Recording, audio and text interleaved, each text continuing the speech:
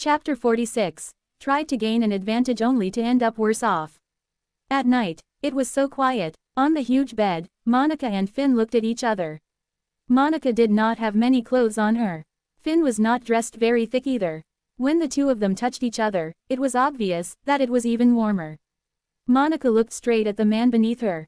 He was expressionless. Was she the only one whose heart was about to explode? No, her heartbeat was merely the result of her anxiety.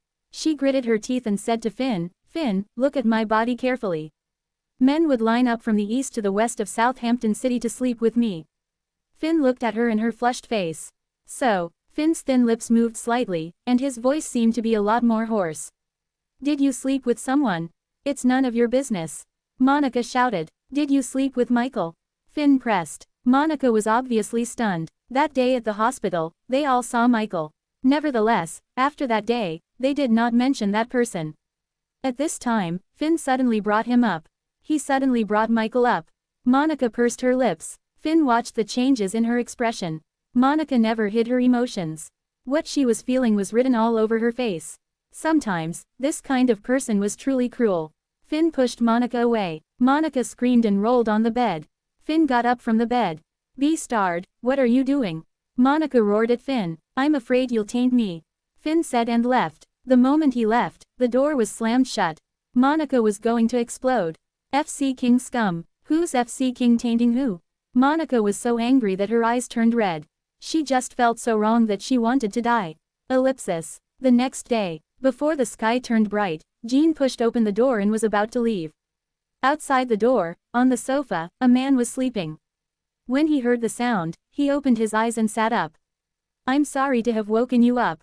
Jean was apologetic. Finn ruffled his hair. "It's okay. I don't sleep much." Besides, he could not sleep well as he was curled up on the sofa. He had not slept for almost the whole night. "I'll go back first." "Do you need me to send you back?" "No," Jean declined politely. "I still need to thank you for last night. It was nothing. When Monica wakes up, help me tell her that I'll see her at Eden and Jasmine's wedding." "Do they still have a wedding?" Finn asked. Jean was stunned for a moment, then she said, "Do you think I did all this last night to stop Eden and Jasmine from getting married? I heard from Monica that you and Eden used to be very in love." Furthermore, it was strange that Jean never found another man after that. Jean said, "That was in the past. The wedding will go on. After all, it's rare to find such a compatible cheating couple in this world. It'd be a pity to separate them." Finn was lost for words at that moment. "I'm leaving." Jean waved her hand and left the luxurious apartment. She used her phone to call for an Uber and quickly returned to the Lawrence family's manor. The servants in the villa woke up early and were working. When they saw Jean return early in the morning, they were shocked. Jean ignored the servants' gazes and went upstairs calmly. Since it was Jasmine's wedding today, everyone else also woke up early. At this moment, many people were gathered at the door of Jean's room. To be honest, Jennifer's intentions were too strong. Jean was curious about how her mother was defeated by this woman back then. Did her mom underestimate her enemy or trust her dad too much? She sneered. Jean walked over slowly. She walked past the crowd and looked coldly at the panicking man and woman in the room. Sam and Jasmine were on the same bed, both hugging the blanket to cover their bodies. The two of them seemed to have just realized who the other person was. The room was filled with screams. When Jennifer saw the two of them clearly, she was shocked as well. She had called many of her relatives in the house to wake Jean up on purpose. She did not even ask for permission to open the door. Who knew? She saw such a scene that made her break down. How could it be Jasmine and Sam on the same bed? It should have been Jean. How could it be? Something must have gone wrong. Now that such a huge mistake has been made, how are we going to make up for it? Thinking that today was Jasmine's wedding, if the wedding was ruined. Jennifer did not dare to imagine the consequences. Her expression changed abruptly, and she said to all her relatives around her, "All of you, disperse immediately. If anyone dares to say a word, the Lawrences teach him a lesson." There was a sudden burst of her aura. Everyone around Jennifer quickly withdrew their gazes and left in an instant.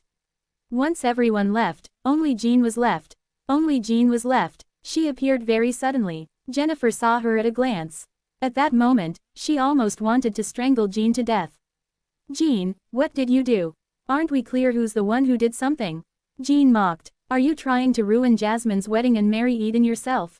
Jennifer's tone was firm and filled with anger. In your dreams, Jean sneered. A man like Eden was too dirty for her. She walked to Jennifer and said, "Why aren't you taking Jasmine away? Are you planning to alarm my father or grandfather?" Jennifer looked at her fiercely. Jean did not want to be outdone. Jennifer gritted her teeth. She knew this was not the time to waste time with Jean. She quickly walked into the room, picked up Jasmine's clothes on the floor, and quickly put them on her. Then, she yelled at Sam, who was also shocked, "Put on your clothes and get lost. Don't let me see you again. Auntie, get lost." Jennifer was hysterical. Sam did not dare to speak. He quickly picked up the clothes on the floor and put them on. Jennifer took Jasmine and left first. Sam was also very fast. The moment he left, he glanced at Jean.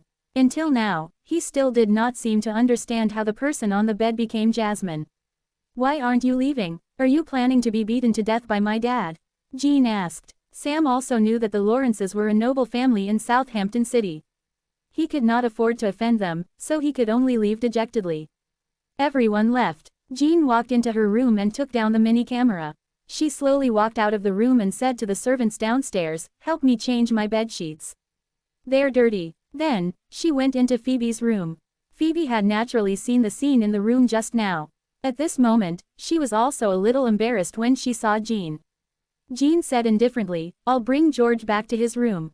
Phoebe did not say anything and hurriedly let Jean carry George away. George opened his eyes in a daze. "Mom, go to sleep. It's still early. Have you achieved your goal?" George muttered. "Of course," Jean said. "That's good." George leaned on Jean's shoulder. "Otherwise, my sacrifice last night would have been in vain." Jean wondered, "Did I make you sell your body or kidney?"